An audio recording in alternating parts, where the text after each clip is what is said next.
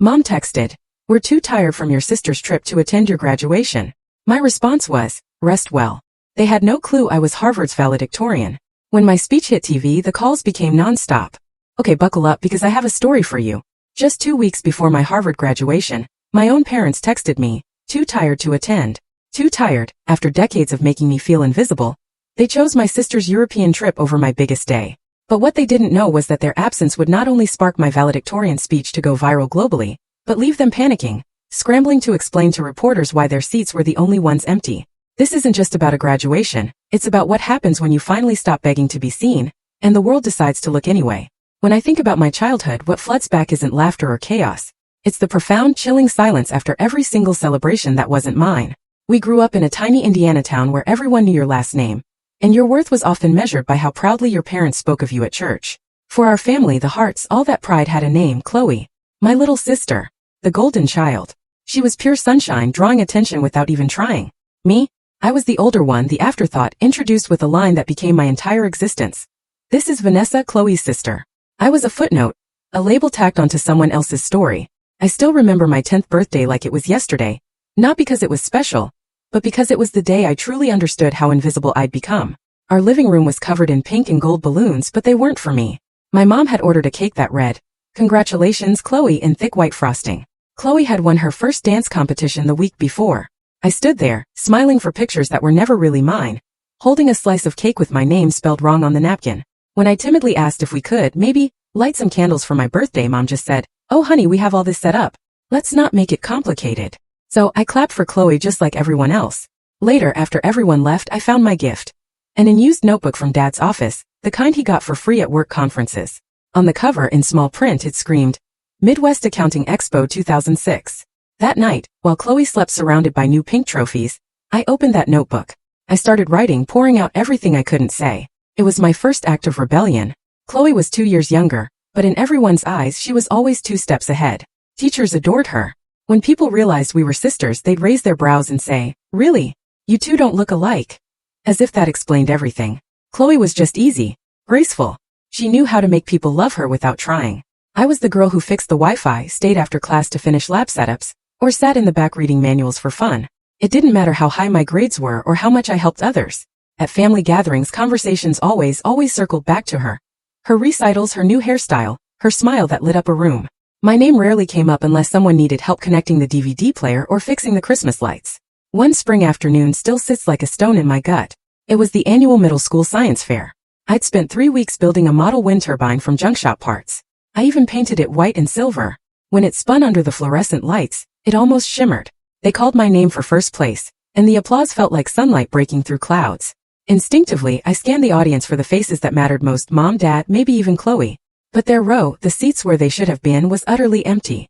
I kept smiling as the principal shook my hand, the camera flash popping. But inside I felt this sharp, hollow ache. Later that night, Mom apologized over dinner. "Sweetheart, we really wanted to come," she said, not looking at me. "But your sister had her prom fitting, and you know how hard those are to get." Dad just nodded, chewing slowly, as if the conversation was already over. I nodded too. That was the night I learned. My achievements could only exist in silence. After that, I stopped expecting to be seen. Instead, I found comfort in small, hidden victories. I spent hours in the garage, taking apart old radios or fixing neighbors' broken lawnmowers. The smell of oil and dust became my favorite perfume. I loved how machines responded. Predictable, fair, never playing favorites. If something didn't work, there was a reason. If you were patient enough, you could find it and make it right. Deep down, I wished people worked the same way. Only Grandma Helen ever really saw how I shrank. She lived 2 blocks away, in a small white house that always smelled of cinnamon and lavender. One evening, after hearing about the science fair, she came to find me. I was hunched over a radio, hands smeared with grease. She didn't scold me for the mess or ask why I wasn't helping Chloe. She just watched me for a long time, then said softly, "You don't need applause to be valuable, sweetheart.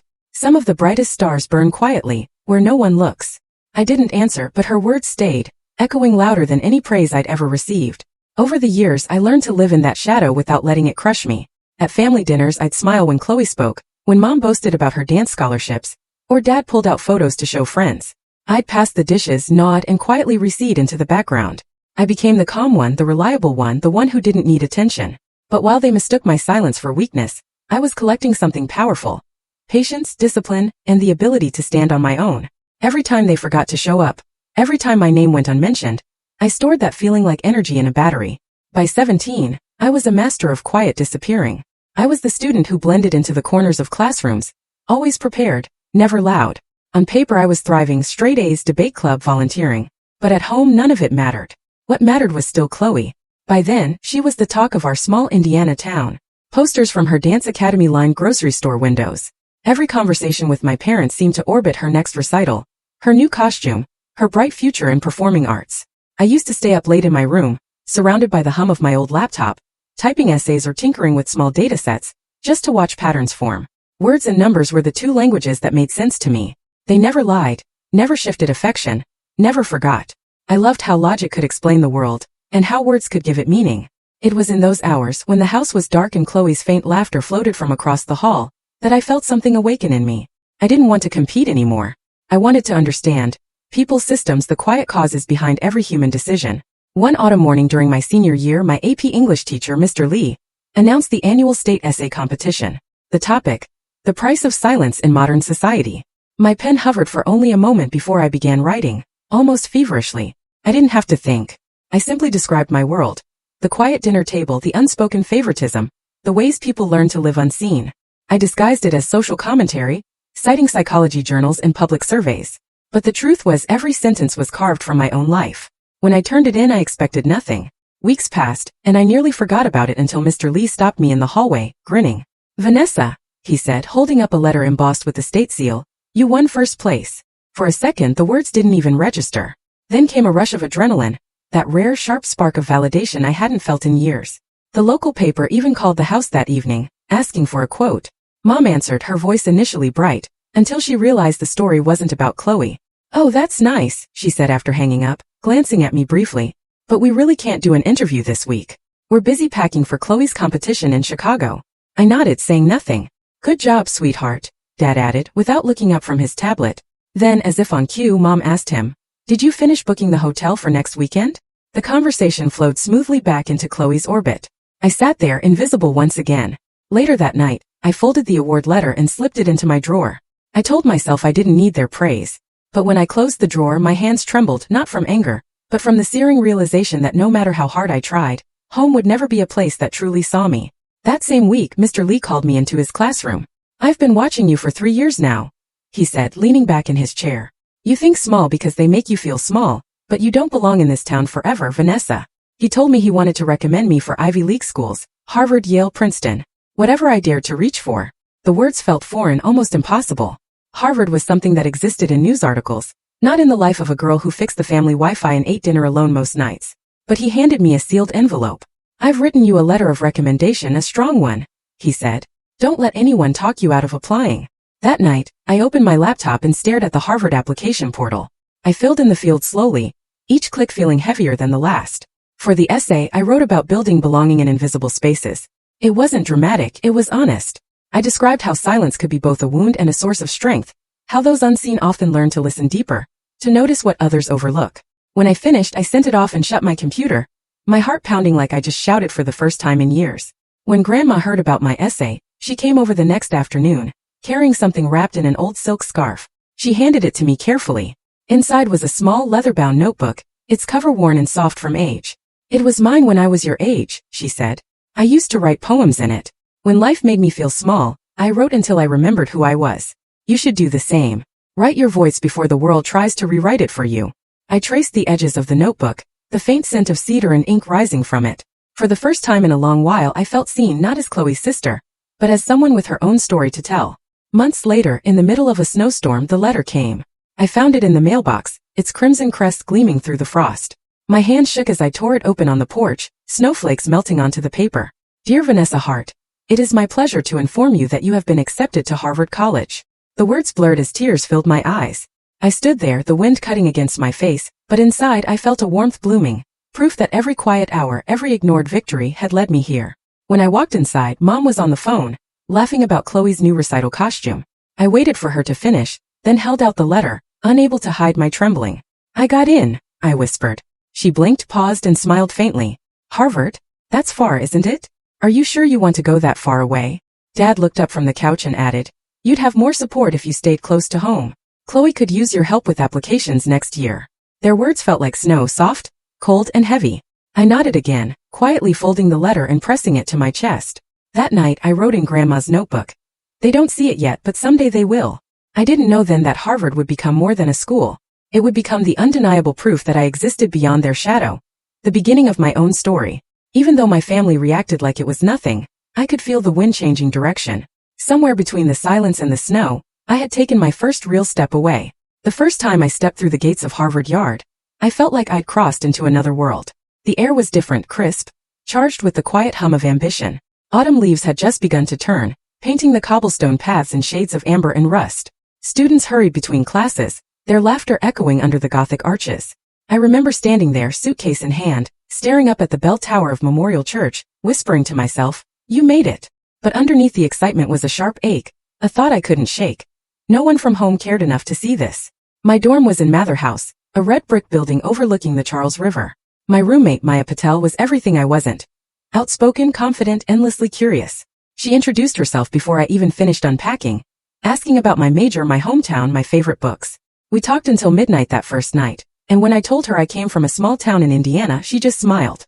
"Then you must have fought hard to get here," she said simply. I didn't correct her. She had no idea how hard. Harvard life was beautiful and brutal all at once. Mornings smelled of espresso and ink. Nights were lit by the glow of laptop screens and dorm windows. I worked part-time at Widener Library to pay for meals my scholarship didn't cover, shelving heavy volumes long after the building emptied out. The rhythm of the scanner beep, the rustle of old paper, it became a lullaby of survival. Some nights I'd stay until the guards turned off the lights, then walk back to my dorm through the fog rising over the river. My stomach growled more often than not, but I told myself hunger was just another form of discipline. I learned to stretch everything: time, money, energy. Instant ramen became a staple, as did second-hand textbooks and thrift store coats. Maya used to tease me for eating cereal with water when the milk ran out, but she never judged. "You're like iron," she said once, handing me half her sandwich. "Bend but never break." Academically, I pushed myself harder than ever. I joined the Harvard College Women in Tech Club, eventually leading it by senior year. I also worked as a research assistant under Dean Alvarez, a woman who believed fiercely in the power of inclusion in technology. She became the mentor I never had. "Talent means nothing if it isn't shared," she told me one afternoon as we reviewed datasets on healthcare equity. That conversation changed everything. I shifted my focus toward using data and AI to improve medical access in low-income communities. For the first time, I wasn't just chasing grades. I was chasing purpose. But success didn't erase the loneliness. Each time I received an award or presented research, I'd glance at the row of chairs reserved for family at the back of the auditorium. They were always empty. The reserved signs fluttered slightly in the air conditioning, mocking reminders of who hadn't shown up. I told myself it didn't matter. But when the ceremony ended and other students ran into the arms of their parents, I felt that old ache return, the same ache from the empty seat at the science fair years ago. Mom's texts came rarely, and when they did, they were never about me. "Your sister just got back from her trip to Italy. She sent us the prettiest photos." Or, "We're so proud of Chloe, she got a mention in the town paper." There was never a, "How are your classes?" or "We miss you." I used to reply politely, tell her congrats. But eventually I stopped answering altogether. It wasn't bitterness. It was exhaustion. You can only reach for someone so many times before your hands start to tremble from the weight of disappointment. Still, I built something of my own. During junior year, I led a team project that used predictive models to optimize medical supply distribution in rural hospitals, a prototype that later caught the attention of a Boston nonprofit. When they invited me to present at a symposium, I emailed my parents the event details just in case. The reply came a week later. "That's nice, honey. We'll be in Nashville that weekend for Chloe's showcase. Send photos." I didn't bother to send any. But that night, as I stood on stage explaining our algorithm to a panel of professionals, I imagined Grandma sitting somewhere in the back, nodding proudly. It was enough to steady me. Maya became the closest thing I had to family there. When winter break came and the dorms emptied out, she always insisted I visit her family in New Jersey. "You shouldn't spend Christmas alone," she'd say. But I usually stayed in Cambridge, volunteering at the community center or taking extra shifts at Widener. I told her I preferred the quiet, though the truth was simpler. Going home didn't feel like home anymore. Every time I called, it felt like dialing into another planet. Chloe was thriving as always. New job offers, new admirers, new reasons for my parents to celebrate. During my final year, Dean Alvarez nominated me for the Harvard Innovation in Public Impact Fellowship. When I received the letter of acceptance, Maya and I screamed so loud the RA came knocking. That night, she lit 2 small candles on the windowsill and said, "One for where you came from, one for where you're going." I laughed. But later, as I watched the wax melt, I realized how much I owed to the people who had shown up in small, quiet ways. The teachers, the mentors, the friends who filled the empty spaces my family left behind. Commencement season approached faster than I expected. I had been shortlisted to deliver the student speech at graduation, a dream I barely dared to whisper. When I received confirmation that I'd been chosen as the valedictorian speaker, I stared at the email for a long time, my throat tightening. It felt like everything, every silent dinner, every ignored achievement, every lonely night, had led to that moment. I wanted to tell my parents, to share even a fragment of pride. But then my phone buzzed with a photo from Mom. Chloe on a beach in Santorini, captioned, "Our beautiful girl living her best life." I closed my phone and looked out the dorm window at the lights flickering across the river. In the reflection I saw myself, tired, older but still standing. I thought of Grandma's words from years ago. "You don't need applause to be valuable." She was right. Maybe they would never come to see me. Maybe that seat would always stay empty. But I was done chasing their gaze. From that point on I decided one thing.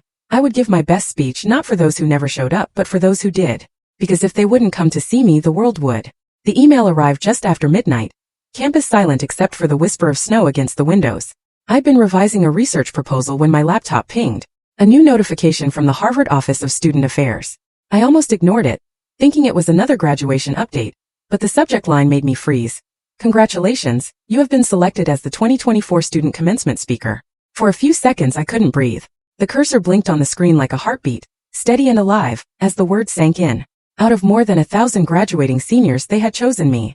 I stared at the letter, my hands trembling slightly, then laughter, sharp and breathless, escaped my throat. The kind that comes from disbelief more than joy. I reread it twice, searching for any sign of a mistake, any sentence that might start with, "Unfortunately." But it was real. I was the speaker, the voice of my class. The girl once forgotten at her own science fair would now stand at the podium of Harvard Yard, where presidents, poets, and scholars had stood before. Maya burst into my room a few minutes later, after seeing my message. "You did it!" she yelled, pulling me into a hug so tight I could barely speak. We jumped around our dorm room like two kids who just discovered gravity didn't apply to them anymore. "You're going to make them cry," she said, laughing. No pressure, though. The following week was a blur of meetings. I sat in the dean's office, surrounded by faculty, administrators, and the student life coordinator, as they outlined the process. Full written draft, review sessions, rehearsal at Sanders Theater. They explained my speech would be televised live on Boston 25 and streamed nationally through GBH. The weight of it settled on me like snowfall. Beautiful, heavy, and a little terrifying. I spent nights hunched over Grandma's old leather notebook trying to find the words. I didn't want to write a perfect speech. I wanted to write an honest one. I thought of every empty chair I had ever faced. At the science fair, the fellowship ceremony, the research showcase. And the ones that would surely be waiting at my graduation. That's when the title came to me. From the empty chair to the open microphone. The first line came naturally. When they didn't see us, we learned to see each other. It wasn't just about me. It was about everyone who had ever been overlooked, underestimated, or told they didn't belong. I wrote about the janitor who stayed late cleaning the library floors. About Maya, who shared her last sandwich during exam week. About first-generation students who worked 2 jobs to afford textbooks. About those who built their dreams quietly, while the world applauded someone else. During my first rehearsal at Sanders Theater, I stood at the podium, staring out into the empty rows of red velvet seats. The sound of my own voice echoed faintly through the cavernous hall. The microphone hissed softly, and the air smelled of polished wood and history. "Good evening," I began, my tone shaking just slightly. I used to think silence was my punishment, but now I see it was my training ground. The moment I said it, I felt the truth vibrate through me like music. Dean Alvarez sat in the back row listening. When I finished, she walked up to the stage, eyes glinting. "You're not just speaking for yourself, Vanessa," she said quietly. "You're speaking for every student who ever felt invisible. That's power. Don't be afraid of it." That night, lying in bed, I wondered if I should tell my parents. Part of me wanted to, the hopeful part that still believed maybe this time they would show up. Maybe they'd be proud. Maybe they'd even come early, sit in the front row, and see me not as the shadow of Chloe, but as someone who had finally stepped into the light. But before I could finish typing a message, another arrived from Mom. "Just got Chloe's itinerary. She's going to Paris for a law conference." Can you believe it?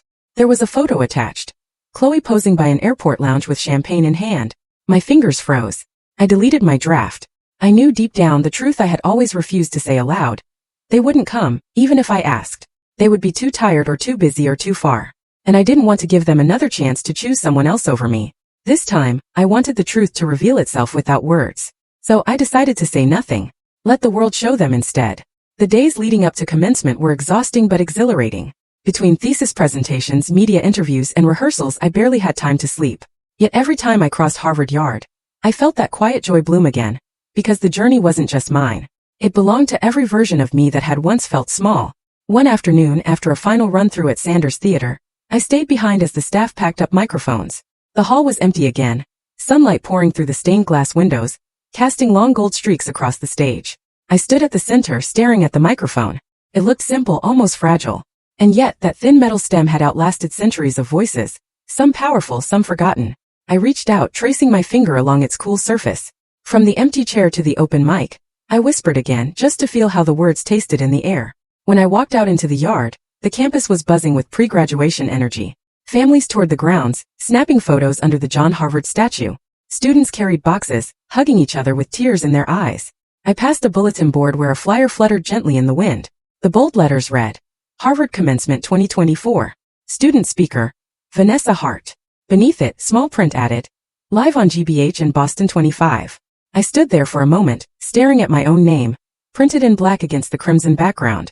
Didn't feel real. For years I had chased acknowledgement, only to realize that the loudest validation comes from within. Still, the thought made me smile. A quiet, knowing smile meant not for the world, but for the girl who once sat in that cold gymnasium, waiting for her family to show up. That night I sent Grandma a photo of the flyer. She replied within minutes. I knew your voice would find its place. Don't dim it for anyone. So I didn't. I decided I would walk onto that stage, not to prove anything to my parents, not even to Chloe, but to speak for the invisible, to lift the ones still sitting at empty tables. Because sometimes the best revenge isn't silence. It's being heard. And soon they would hear me, whether they meant to or not. 2 weeks before graduation, the campus was alive with celebration. Maya and I were in the dorm, pinning tassels to our caps, when my phone buzzed with a message from Mom. I almost didn't check it. Experience had taught me that texts from home rarely brought joy. But curiosity won. The message was short, almost mechanical. We're too tired from your sister's trip to attend your graduation, honey. Just got back from Europe with her. The flights were awful. We'll rest this weekend and celebrate properly when we see you next time. Love you. I reread it 3 times, the words blurring until the meaning settled like a cold stone in my chest. Too tired. That was their reason. Not a family emergency. Not financial strain. Just tired from following Chloe through Europe, while she signed a contract with a prestigious law firm and attended networking events in Paris. For a long moment I didn't move. I just stared at the message, the faint reflection of my face in the glass of the phone screen. Maya looked up from across the room, sensing something shift. Everything okay? She asked. I nodded once, the smallest of smiles tugging at my mouth. Yeah, I said softly. Just expected. Then without hesitation I typed my reply. Rest well. No sarcasm, no confrontation, just 2 words that said everything. Because this time I didn't feel the urge to explain or beg or pretend it didn't hurt. I'd done all of that before, and still the chair had always been empty. That night, as the lights of Cambridge flickered beyond my window, I decided to do something for myself. Not out of bitterness, but out of clarity. If they wouldn't show up, I would still make space for those who did.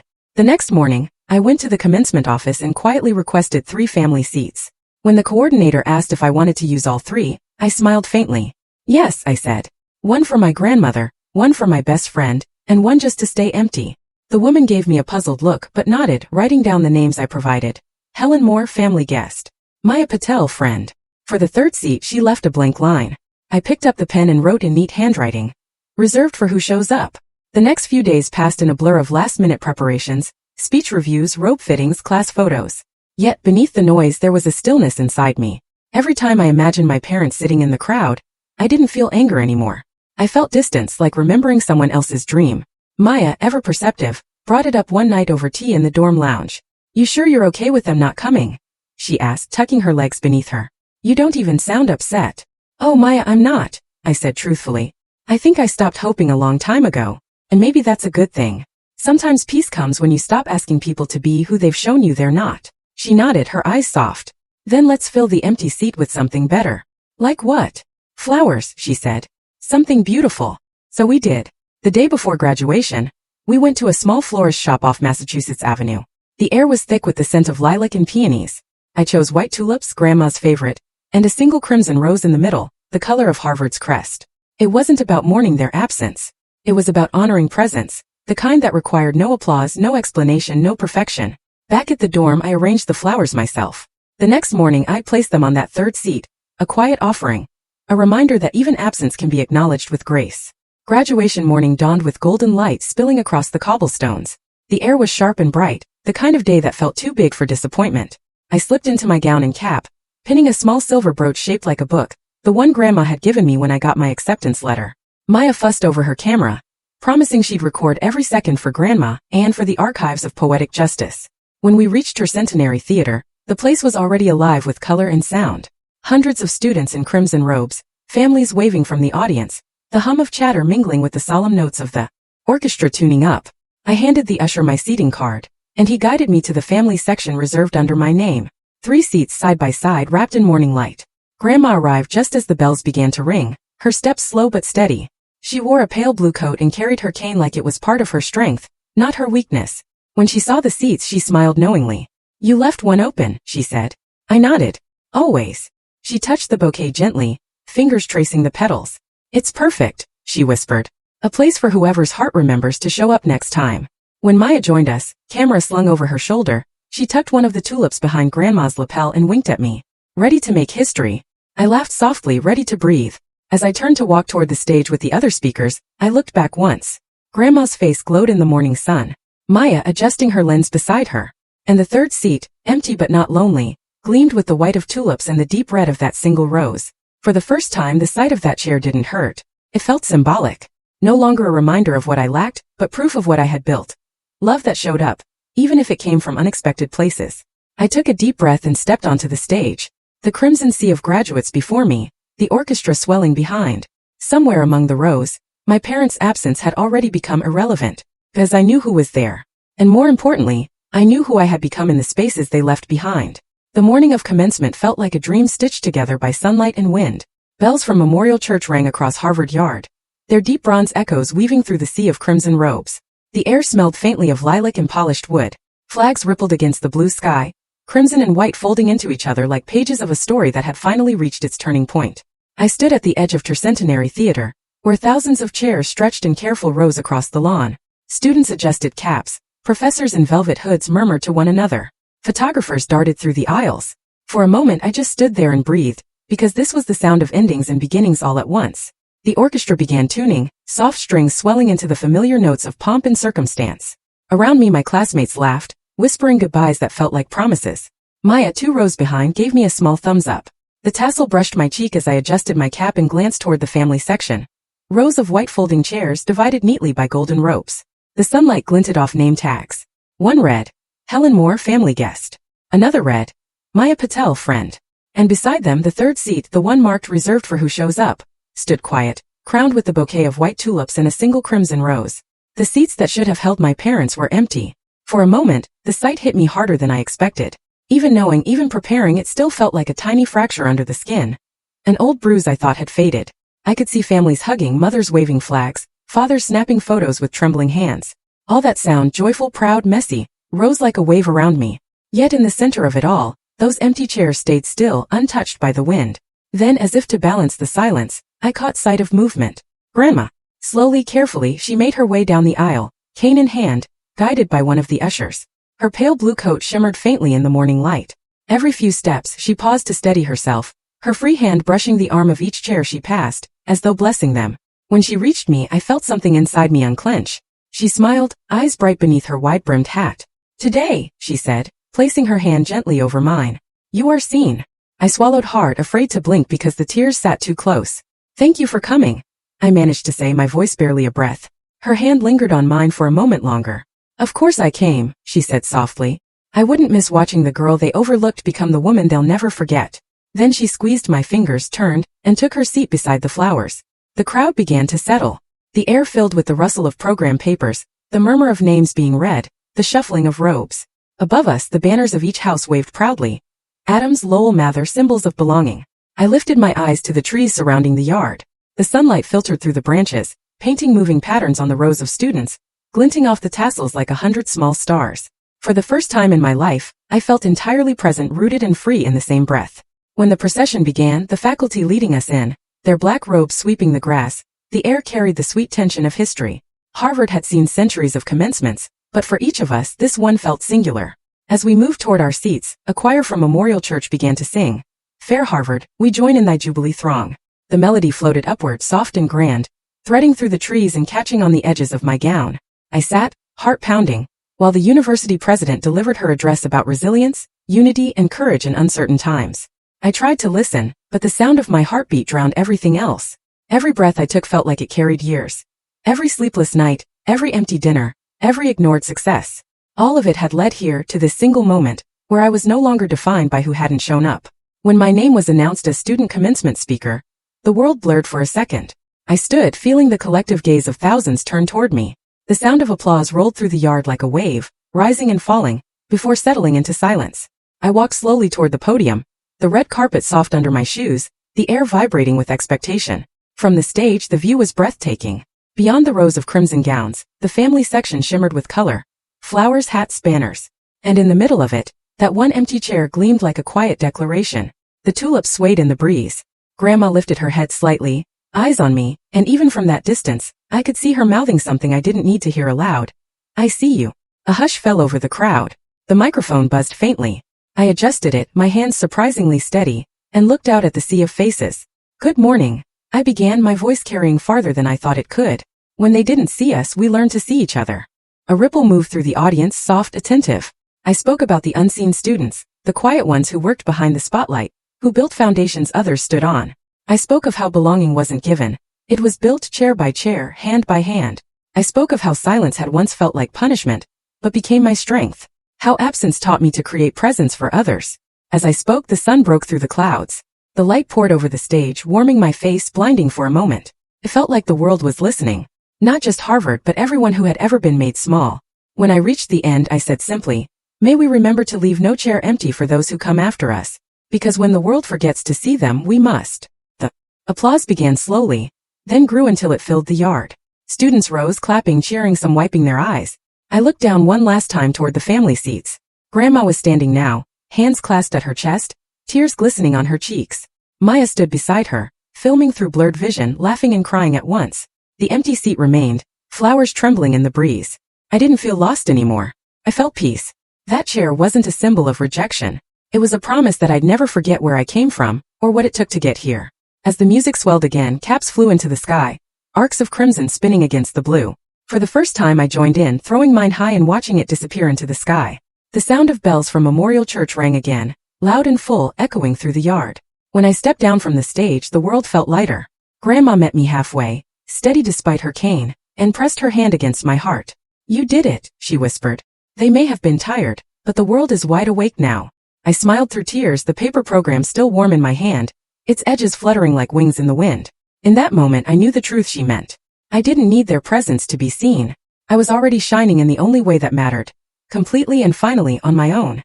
The podium lights felt warmer than I expected, spilling gold across the edges of my gown. The air inside the theater was still, thousands of breaths held at once, waiting. I took one steady inhale, then glanced toward the family section. 3 seats. Grandma, Maya, and between them, that one empty chair crowned with white tulips and a single crimson rose. The sunlight from above touched the petals until they glowed. I let my eyes rest there for a heartbeat before I began. Good morning, I said softly. My voice echoed through the yard, steadier than I felt. If you look closely at the audience today, you might notice something small. Somewhere in this sea of faces, there's an empty chair. A few people shifted, glancing around. I smiled faintly. I used to think an empty chair meant failure, meant no one cared enough to fill it. But over the years I've learned something different. Sometimes the empty chair is proof that we showed up for ourselves, even when no one else did. The microphone caught every pause, every breath. It didn't feel like performing. Felt like confession. I grew up in a small town where silence was often mistaken for strength. I learned early how to be quiet, how to work hard, how to smile through being overlooked. And when no one sat in the audience, I told myself it didn't matter. But here's the truth. Every time someone chooses not to show up for you, someone else quietly, humbly does. I looked toward the back rows where the janitorial staff stood, still in their blue uniforms, watching from the aisles. So today, I said, I want to begin by thanking the people whose chairs are never empty because they never stop showing up for others. The applause began softly, faculty clapping first, then students joining in, the sound building until it filled the yard. I waited, smiling through the lump in my throat. When the applause faded, I continued. At Harvard, we talk about excellence a lot. But no one tells you that excellence often depends on the invisible ones. The friends who share notes after an all-nighter. The dining staff who leave a plate aside for you when you miss dinner. The librarians who unlock rooms early because they see you waiting in the cold. The professors who don't just read your essays, but your silences. I could see Maya filming discreetly from the side, tears welling. Dean Alvarez sat near the front, her expression soft but proud. I came here thinking success was about being chosen, I said. But what I learned is that success is really about choosing. Choosing persistence over comfort. Choosing to see others when no one saw you. Choosing to stay kind, even when the world gives you every reason not to be. The audience was completely silent now. Even the wind seemed to pause. I leaned forward slightly, voice low but clear. For those of us who grew up believing we didn't have a seat at the table, listen to me. You don't need to wait for one. Build your own. That line, build your own seat, was the heart of everything. The reason I'd written this speech. The reason I'd survived the years of silence and smallness. When you build your own seat, I continued, you stop chasing approval. You stop measuring your worth by who claps for you. You start realizing you were never supposed to fit into someone else's table. You were meant to create your own, and then pull up extra chairs for those still standing. The wind caught the corners of the paper in my hands, making them flutter like wings. I pressed them down gently. When they pushed us aside, we learned how to make space. When they spoke over us, we learned how to listen deeply. And when they forgot our names, we carved them ourselves into history. A murmur of agreement rippled through the audience. Somewhere near the back, a voice called out softly, "Amen." I smiled. Look around you. Every person here today was carried by someone unseen. Maybe it was a mentor, a sibling, a grandmother, a stranger. Maybe it was the version of yourself who refused to quit. Whoever it was, remember them. Remember that they showed up. And when it's your turn, show up for someone else. I paused, then glanced again toward the family section. The camera operators noticed, lenses shifting in unison. A broadcast camera zoomed in on the flowers, the sunlight, Grandma's hand resting on her cane. She lifted her head, smiling faintly as the camera found her, and for a second her eyes met mine. The image would later become the photo that went viral. The valedictorian looking toward her grandmother, an empty chair and a bouquet between them. I looked straight into the lens. To my grandmother, who always said, "You don't need applause to be valuable. Thank you. You showed up." And to anyone sitting in the crowd today, carrying your own kind of empty chair, this moment is for you. Applause thundered, rolling across the yard like a wave. I waited, eyes stinging, then lifted my chin for the final lines. Titles don't define us. Degrees don't define us. What defines us is the courage to build, and the kindness to share what we've built. Because one day, someone will stand where we stand now, and the question won't be what you achieved. It'll be, who did you make room for? I let the silence stretch for a beat. May we all remember this. The tables of power are temporary, but the tables of compassion, the ones we build ourselves, last. A standing ovation rose from the crowd. Faculty, students, even the choir stood. Flags waved, caps lifted, the cameras swept across the scene, the sunlight turning everything gold, the tulips gleaming like little fires. From the corner of my eye, I saw Grandma wipe her cheeks, her lips moving soundlessly. Later, when I hugged her, she would tell me she'd whispered, "They see you now." But in that moment, I didn't need confirmation. I felt it. I felt it in the roar of the applause, in the rhythm of 1,000 hearts clapping for more than a speech, for survival, for recognition, for every unseen student who had ever dared to take up space. The orchestra began again, slow and reverent. I stepped back from the podium as the president of the university shook my hand. My cap tassel brushed my face as I bowed slightly. And when I turned to walk off stage, the camera caught one last close-up, me looking over my shoulder at that empty chair. Online, the broadcast clip would loop for days, shared with captions like, "She built her own seat." And from silence to spotlight, hashtag build your own seat, hashtag empty chair speech, hashtag Vanessa Hart Harvard 2024. Students from other universities began sharing photos of their own ceremonies with small notes taped to chairs reading, "Reserved for who shows up." I didn't know any of that yet, standing on that stage. All I knew was that for the first time in my life, I didn't feel like I was proving anything. I was simply being. The sunlight poured through the trees, and the air smelled like possibility. Warm, clean, infinite. I glanced one last time at Grandma, at Maya, at the chair that once symbolized absence and now somehow belonging. Then I whispered to myself, not into the mic but into the wind, "We're seen now." And when I stepped down, the crowd still on their feet, I realized this was never just my story. It was everyone's who had ever learned to build their own seat. When the ceremony ended and the crowd began to scatter across the yard, the air still shimmered with applause that hadn't quite faded. The crimson robes, the flying caps, the laughter, all of it blended into a haze of gold and red under the mid-afternoon sun. I stood at the edge of the stage for a long moment, still clutching the folded copy of my speech. My hands were trembling, not from nerves anymore but from sheer release. The years of silence, of being overlooked, had poured out of me in 10 minutes of raw truth. Maya found me first. She came running through the sea of gowns, waving her phone like a victory flag. "It's everywhere," she gasped between breaths. Vanessa, they're already clipping it. I frowned, half smiling. Clipping what? She turned the screen toward me. There it was, the university's live stream replay. My speech already uploaded with the caption, "Build your own seat. Harvard student speaker moves audience to tears." In the corner of the thumbnail, the image froze on the shot of me glancing at the empty chair, the flowers gleaming like a quiet rebellion. I hadn't even walked out of the yard before the first notification buzzed through my phone, then another, then a flood. Mentions, messages, tags. At first, I thought it was from classmates' little bursts of celebration. But then I saw the caller IDs lighting up my screen. Mom, then Dad, then Chloe. I stared at the phone for a long time as it kept vibrating in my palm. My thumb hovered over the screen, the name Mom, pulsing like a small heartbeat. I didn't answer. Instead, I pressed mute and slipped it into the pocket of my gown. We took photos instead. Maya insisted on every possible angle. By the John Harvard statue in front of Memorial Church, beneath the yard's elm trees where ribbons of sunlight fell across the bricks. Grandma stood between us in her pale blue coat, clutching my arm for balance. Every few minutes, she'd shake her head softly, still astonished. "You know," she said, "they're never going to stop talking about that speech." I smiled. Maybe not, but I hope they remember why I said it. By evening, the university's social accounts had shared the clip. Boston 25 aired a segment during the 6 o'clock news. Harvard valedictorian delivers viral message about inclusion and resilience. The reporter's voiceover narrated over the image of me on stage, with a subtitle flashing across the bottom, "From an empty chair to a full audience." That was when the text started pouring in. From Mom. "Why didn't you tell us?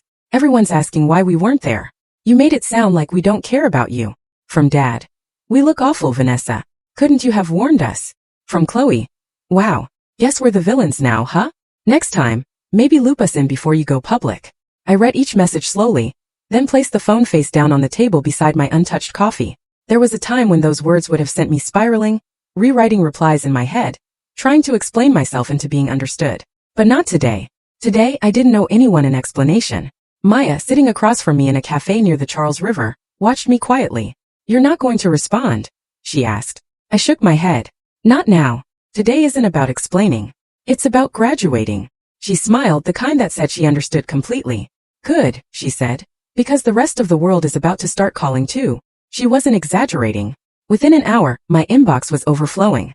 An email from Harvard Alumni Affairs congratulating me and requesting permission to share my transcript in their newsletter. A message from a TEDx curator in DC. "Your speech resonated deeply. Would you consider expanding it into a talk for our fall event?" A note from a fellowship program in Geneva focusing on technology and social impact. "We saw your research on equitable access to healthcare data and your story.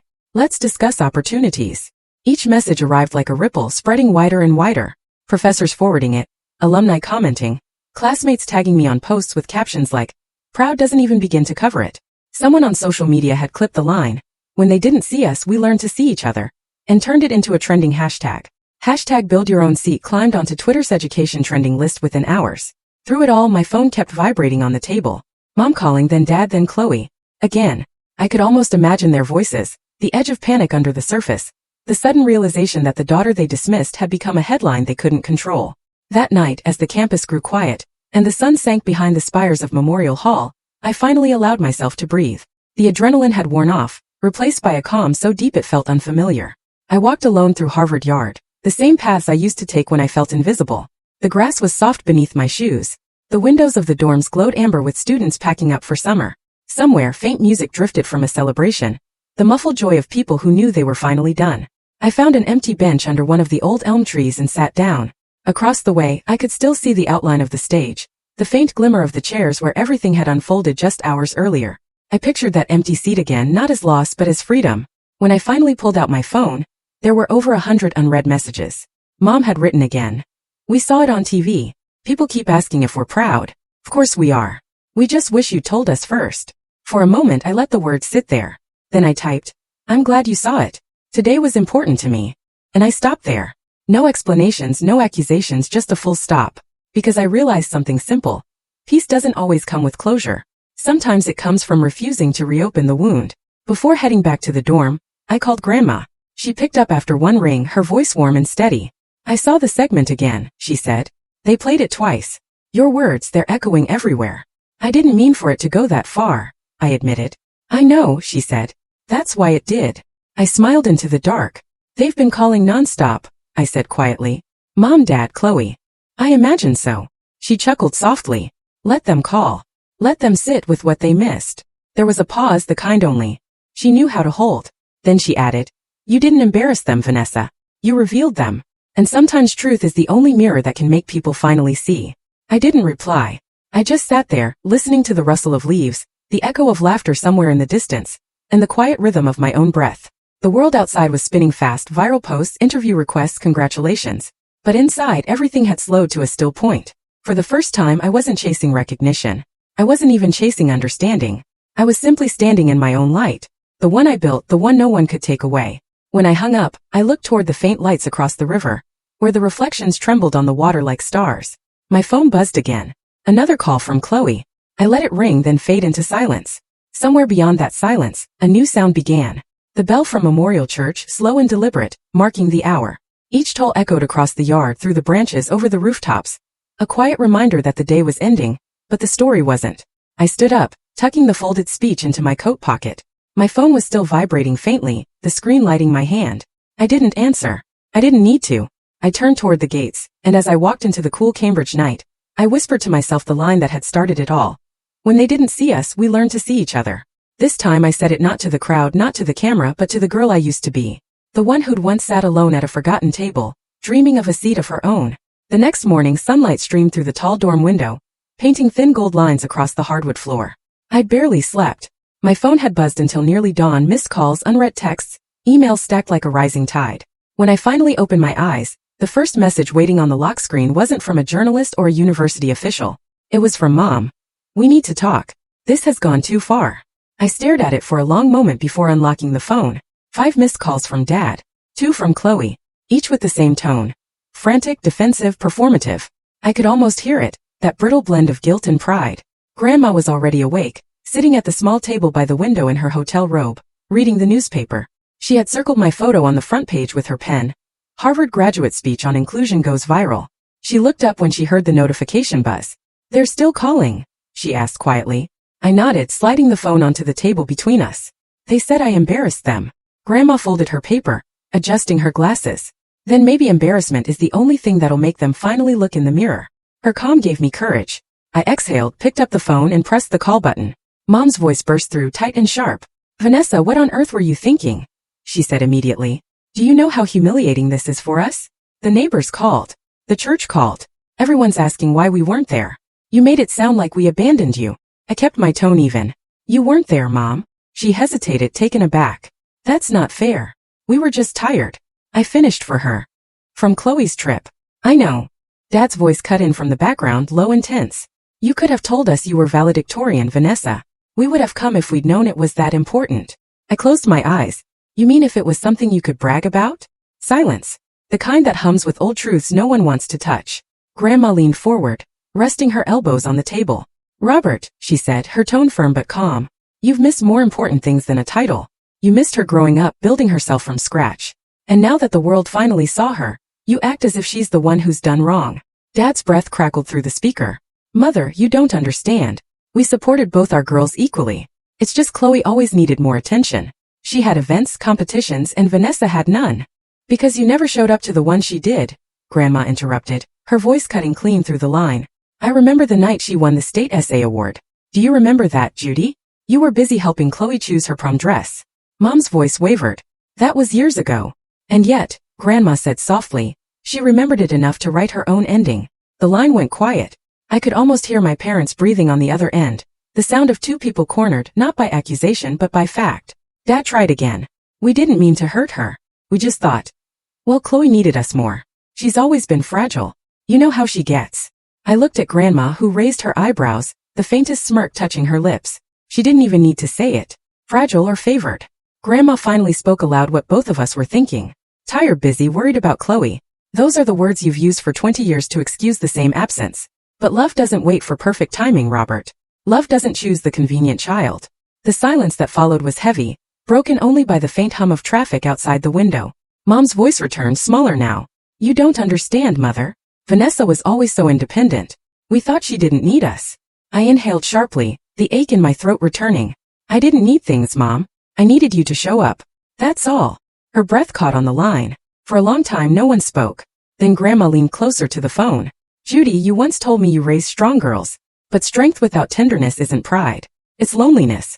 Vanessa learned to be strong because you left her no other choice. Dad sighed, the sound fraying at the edges. We were doing our best, Mother. We worked hard, provided everything. Everything except presents, Grandma said. And that's the one thing a child never stops waiting for. Mom sniffled softly. Maybe we made mistakes, but we didn't deserve to be painted as heartless. I looked out the window, watching the students below take photos with their families, fathers lifting daughters, mothers crying into bouquets. You weren't painted as anything, I said quietly. You just weren't there. The camera can't capture people who don't show up. Grandma nodded approvingly, her hand resting on my wrist. Mom tried to steady her voice. What do you want us to say, Vanessa?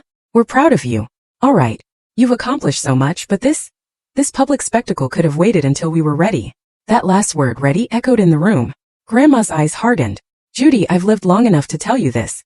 Love doesn't wait until you're ready. It shows up when you're needed. And you weren't there when she needed you most. Now I could hear the faint click of my father swallowing, the tension in his throat audible even through the line. What are you saying, Mother? That we're bad parents? No, she said gently. I'm saying you've been absent once. And absence, when repeated enough, becomes a habit people mistake for normal. Mom exhaled shakily. We didn't realize it looked that way. You didn't see, Grandma said. That's the difference. Once free, the silence that followed wasn't angry. It was the silence of truth landing slow and heavy. I didn't feel victorious. I just felt tired. Finally, I said softly, I'm not calling to blame you. I'm calling because I'm done explaining. Dad spoke carefully now. Then why are you calling at all? I glanced at Grandma, who nodded, her eyes urging me forward. Because I want to give you one more chance, I said. If you want to hear what I've never said, the truth of what it's been like all these years, come to Cambridge tomorrow evening. Just you, Mom, and Chloe. No guests, no excuses, just family. Mom hesitated. What do you mean? Hear the truth. I mean, I said, you've heard everyone else's version of me. The quiet daughter, the busy one, the one who doesn't need help. It's time you hear mine. The line went quiet. Then Dad cleared his throat. We'll think about it. Grandma's voice came low and certain. Don't think. Just come. And then she reached across the table and ended the call herself, pressing the red button with a firm, deliberate touch. For a while, neither of us spoke. The quiet between us felt sacred. Finally, Grandma said, You've given them a door, Vanessa. Whether they walk through it or not, that's on them. I looked at her, my throat tight. Do you think they'll come? She smiled faintly, folding her newspaper. I think shame is heavy, but curiosity is heavier. They'll come. The question is whether they'll finally listen. Outside, the bells of Memorial Church began to toll again. Slow and even, counting down the hours to a conversation 20 years overdue. The next evening, I set a small dinner in my apartment, overlooking Harvard Square. The window was cracked open, letting in the scent of late spring rain and the hum of street music drifting up from below. On the dark wooden table, I placed a freshly baked loaf of sourdough, its crust still cracking in the warmth, a pot of tomato soup steaming faintly, a bowl of arugula salad with olive oil and lemon, and a few slices of black pepper cheese. It was simple, humble enough to keep the night from feeling like a performance. 3 candles flickered in old brass holders, their flames swaying gently, steady as breathing. I set 4 bowls for spoons and deliberately left no empty chair at the table. The only spare seat I kept was in the corner, where I'd hung a small wooden sign. For who shows up? They arrived a few minutes late. The knock was hesitant, as if lateness could disguise years of absence. My father entered first, quiet, heavy-eyed, followed by my mother, clutching her purse tight across her chest like a shield. Chloe came last, her coat draped over one arm, eyes darting uncertainly around the room. She lingered on the framed photos. The Charles River at dawn, Widener Library glowing at night, Sanders Theater empty before rehearsal. I gestured for them to sit. We ate the first few bites in silence, the clinking of spoons on porcelain soft and awkward, like the sound of people stepping into a room full of truth. I spoke first, without circling around what needed to be said. My voice felt steady, rehearsed in the same rhythm I'd practiced before every speech. The empty chairs have followed me all my life, I began. In 8th grade at the state science fair. Your seats were empty because you were helping Chloe pick a prom dress. During my junior year research award, I looked down at the reserved signs swaying in the cold air. No one sitting there, except the janitor clapping quietly by the door. Even yesterday I set one chair aside, placed flowers on it, and told myself that emptiness is also a kind of presence. At least it's honest, no? I paused, breathing in the scent of tomatoes and candle wax. You used to say, good job, honey, then switched the topic back to Chloe's travel plans, her dress fittings, her new internship. I stopped expecting more. I became the footnote in someone else's headline. The sister of Chloe. I invited you so many times, I said finally, my tone even not angry, and the chair stayed empty. My father set down his spoon, the sound sharp in the quiet. His hands tightened then folded. I didn't see, he said after a long silence. I thought you were fine on your own, that you didn't need me there. The words landed softly, like stones dropped into deep water. Ripples, not explosions. My mother looked at me longer than she ever had, eyes glassy but steady. I thought you were strong, she whispered. So strong you didn't need your mother. Chloe always needed so much. She panicked. She stumbled and I kept rushing to her. Her voice faltered. The sentence from Grandma's call echoed through my mind. Love doesn't choose perfect timing. Chooses to show up. I saw my mother realize what she just confessed. Chloe had been silent the whole time, stirring her spoon in the soup like she was searching for a word she'd never used before. Finally she looked up. I was jealous of you, she said softly. I blinked. Jealous? Because you could fly without anyone holding you, she said, her voice trembling. At home, everything revolved around me. I never learned how to stand. And watching you, how the world seemed to find you, I was scared. I thought if I admitted you were better, I'd disappear. There was no triumph in me, just a strange stillness, the kind that comes when the past finally stops spinning. We ate slowly. The soup cooled. The salad still smelled of lemon. The bread cracked as it broke. I poured water, the scent of candle wax blending with pepper and olive oil. When the armor of silence had finally melted, I set the boundary as gently as setting the last candle in the middle of the table. I'm not ready to forgive, I said. And I don't need to rush it. Forgiveness isn't a check you sign over one dinner. But I'm ready for something new. To practice showing up. Next time just come. Come 5 minutes early. Text to ask what time it starts. Sit in the back row. Take a blurry picture. Just be there.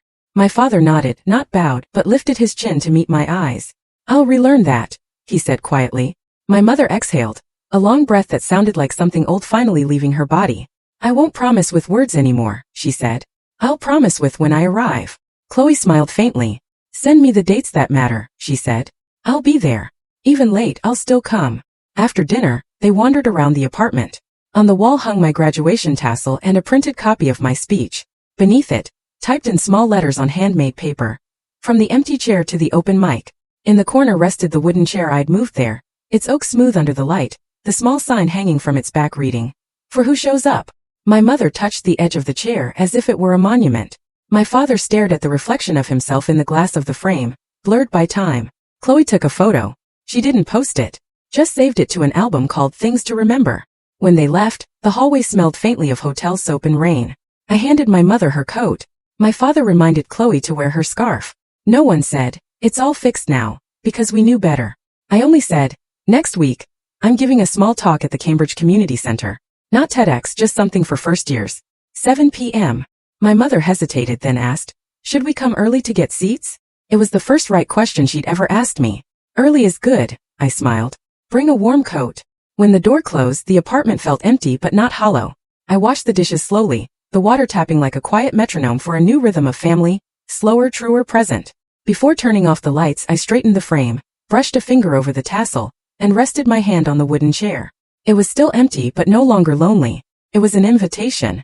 Some people will come, some never will, but the chair will always stay there as a quiet rule in my life. Those who show up will have a place. And if you're hearing this somewhere on a train, in your kitchen, or in a city that doesn't yet know your name, remember this. You don't need to be chosen to have worth. Don't wait for someone to pull out a seat at a table that never called for you. Build your own chair from the wood of effort, the nails of patience, and the paint of kindness. Then when you're steady, pull up more chairs for those who deserve a place beside you. I keep that sign in my home as a reminder for who shows up. And you? What sign would hang above your chair? Thanks for watching. Take care. Good luck.